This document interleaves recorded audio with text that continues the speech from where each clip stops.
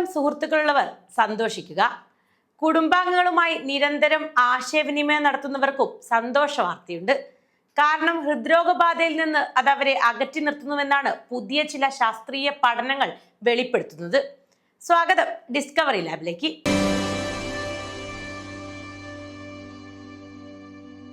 മനുഷ്യനൊരു സാമൂഹിക ജീവിയാണ്. എത്രയൊക്കെ സമ്പത്തും സൗകര്യങ്ങളും ഉണ്ടെങ്കിലും പരസ്പരാശ്രയവും സഹകരണവും ഇല്ലാതെ സുഗമമായ ജീവിതം അസാധ്യമാണ്. എന്നാൽ അന്തർമുഖത്വവും ഏകാന്തതയും ചിലരെയെങ്കിലും ബാധിക്കാറുള്ളത് ചുറ്റുപാടും നമ്മൾ കാണുന്നുണ്ട്.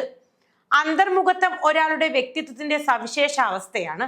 അതുപോലെ മറ്റുള്ളവരിൽ നിന്ന് അകന്നുമാറി ഏകാന്തത തിരഞ്ഞെടുക്കുന്നവരും സവിശേഷമായ മനോഭാവങ്ങളുടെ തടവുകാരായിരിക്കും.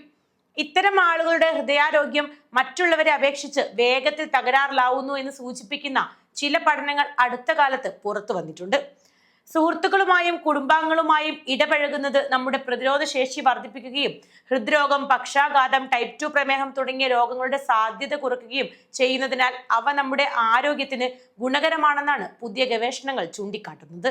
തിരഞ്ഞെടുക്കപ്പെട്ട 42,000 മുതിർന്നവരിൽ നിന്നെടുത്ത രക്തസാമ്പിളുകളിൽ നിന്നുള്ള പ്രോട്ടീനുകൾ പഠിച്ച ശേഷമാണ് UK-യിലെയും ചൈനയിലെയും ഗവേഷകർ ഈ നിഗമനത്തിലെത്തിയത്. നമ്മുടെ ക്ഷേമത്തിൽ സാമൂഹിക ബന്ധങ്ങൾ ഒരു പ്രധാന പങ്ക് വഹിക്കുന്നു.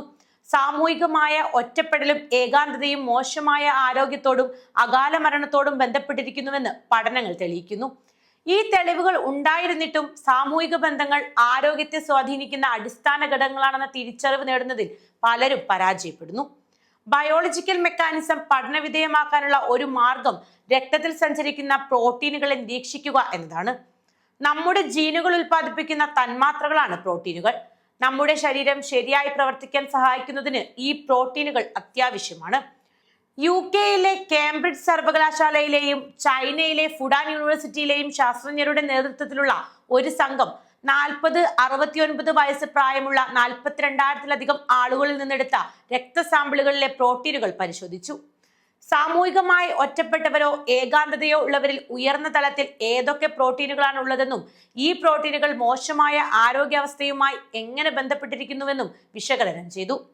വ്യക്തികളുടെ സാമൂഹിക ഒറ്റപ്പെടലും ഏകാന്തതയും പഠന സംഘം വിലയിരുത്തി.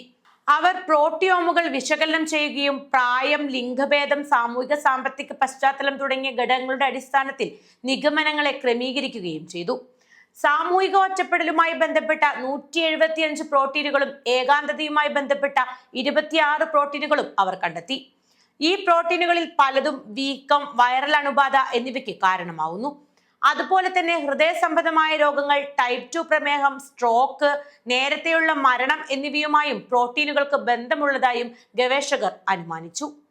ഒരു വശത്ത് സാമൂഹിക ഒറ്റപ്പെടലും ഏകാന്തതയും, മറുവശത്ത് പ്രോട്ടീനുകളും തമ്മിലുള്ള കാര്യകാരണ ബന്ധം പര്യവേഷണം ചെയ്യാൻ മെന്റലിയൻ റാൻഡമൈസേഷൻ എന്നറിയപ്പെടുന്ന ഒരു സ്റ്റാറ്റിസ്റ്റിക്കൽ ടെക്നിക് ഉപയോഗിച്ചാണ് ഗവേഷകർ പഠനങ്ങൾ നടത്തിയത്. 100,000-ലധികം പ്രോട്ടീനുകളും അവയുടെ പല വകഭേദങ്ങളും മനുഷ്യ ശരീരത്തിലുണ്ട്. പല മനുഷ്യരിലും പ്രതിരോധം, രോഗനിർണയം, ചികിത്സ എന്നിവയിൽ ചില പ്രധാന പ്രോട്ടീനുകൾ കണ്ടെത്തുന്നതിന് ആർട്ടിഫിഷ്യൽ ഇന്റലിജൻസ് അടക്കമുള്ള സാങ്കേതിക വിദ്യകൾ സഹായിക്കും. ഞങ്ങൾ തിരിച്ചറിഞ്ഞ പ്രോട്ടീനുകൾ സാമൂഹികമായി ഒറ്റപ്പെട്ടവരോ ഏകാന്തത അനുഭവിക്കുന്നവരോ ആയ ആളുകളുടെ മോശം ആരോഗ്യാവസ്ഥയെ വെളിപ്പെടുത്തുന്ന ജീവശാസ്ത്രപരമായ സൂചനകൾ നൽകുന്നു.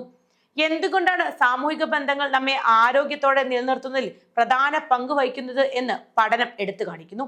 കേംബ്രിഡ്ജ് സർവകലാശാലയിലെ സൈക്യാട്രി വിഭാഗം പ്രൊഫസർ ബാർബറ സഹാക്കിയാൻ പറയുന്നു. സുഹൃത്ത് വലയങ്ങൾ വിപുലമാക്കുകയും കുടുംബാംഗങ്ങളുമായി കൂടുതൽ ഇടപഴകുകയും ചെയ്യാൻ നമ്മൾ സമയം കണ്ടെത്തണം. അത് നമ്മെ ആനന്ദിപ്പിക്കുക മാത്രമല്ല, ആരോഗ്യവാന്മാരായി നിലനിർത്താനുള്ള സാധ്യതയുമുണ്ട്. നന്ദി. പുതിയ വിഷയവുമായി അടുത്തയാഴ്ച വീണ്ടും കാണാം.